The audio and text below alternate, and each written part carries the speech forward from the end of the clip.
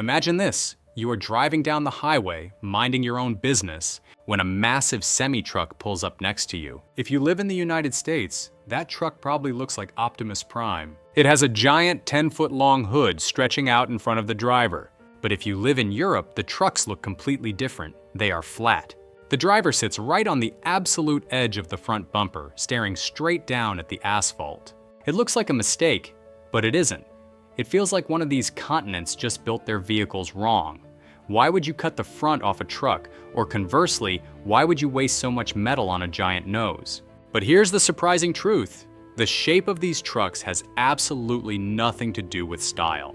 It is a brilliant, brutal response to money, physics, and the ancient history of the ground they drive on. Today, we're uncovering the mystery of the flat-faced truck, how global trucking laws actually work, and why the shape of a vehicle tells you exactly what continent you are standing on. To understand the shape of these trucks, we first have to look at the ancient history of roads. Before we had massive 18-wheelers and diesel engines, we had the dark ages of freight. Moving goods meant strapping barrels to a horse-drawn wagon and dragging them down dirt paths. In Europe, these paths were carved out thousands of years ago by the Romans. They were designed for pedestrians and single horses. They were narrow, twisting, and completely unforgiving. When the combustion engine was invented, we suddenly had the power to move massive, incredibly heavy cargo. But the roads dictated the rules. You can't just bulldoze a 2,000-year-old city to make room for a bigger truck. You had to adapt the machine to the environment. This brings us to the core explanation, and it breaks down into three very distinct, very expensive steps. Step one is the money and law angle. In the trucking industry, space is literal currency. The more cargo you can fit, the more money you make per trip. But governments have strict laws on how big a vehicle can be. In Europe, the law regulates the overall length of the entire vehicle. From the absolute tip of the front bumper to the back doors of the trailer, you are capped at exactly 16.5 meters. Think about what that means. Every single inch you spend on a long, comfortable hood for the engine is an inch you have to steal from your cargo trailer. You are literally burning money. To maximize profit, European engineers took the engine and shoved it directly underneath the driver's seat. This is called a cab-over engine design. It creates a flat face, freeing up every legally possible inch for cargo. So, if European trucks maximize cargo, why do Americans still drive trucks with massive 10-foot noses? Because America plays by different rules.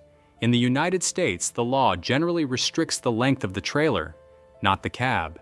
You can make the front of the truck as long as you want, and it won't affect your cargo capacity.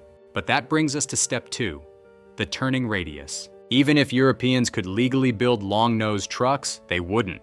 Why? Because of those ancient roads. Think of it like walking through a crowded grocery store. Carrying a 10-foot ladder horizontally, you're going to smash into everything. Now imagine holding that ladder completely vertical. You can spin, dodge, and weave easily. A European cab-over truck is like the vertical ladder. Because the wheels are pushed all the way to the front, right under the driver, the truck pivots on a dime. It has an incredibly tight turning radius, allowing it to navigate ancient cobblestone streets and tiny roundabouts without destroying buildings. If cab-overs are so nimble, why did America completely abandon them in the 1980s? That is step three, the driver's reality. America is unbelievably massive, covering a vast expanse from coast to coast. An American trucker isn't navigating tight medieval alleys. They are driving thousands of miles in a perfectly straight line from Los Angeles to New York. They basically live in their trucks. When you sit directly over the engine and the front wheels like you do in Europe, you feel every single bump in the road.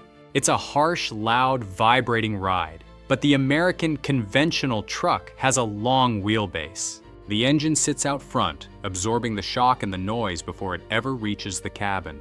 Plus, because Americans don't have to worry about overall length laws, they build massive sleeper cabins behind the seats. They have full beds, refrigerators, and closets. European drivers simply don't have the legal space for that kind of luxury.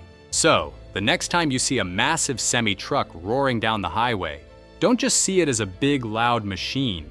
See it as a perfect reflection of the continent it was built for. The flat-faced European truck is a masterclass in compromise, squeezing maximum profit out of ancient, tight geography. And the American truck? It's a living room on wheels built to conquer endless straight horizons. If this surprised you, or if you'll never look at a truck the same way again, hit that like button and subscribe to my channel for more videos like this. See you next time.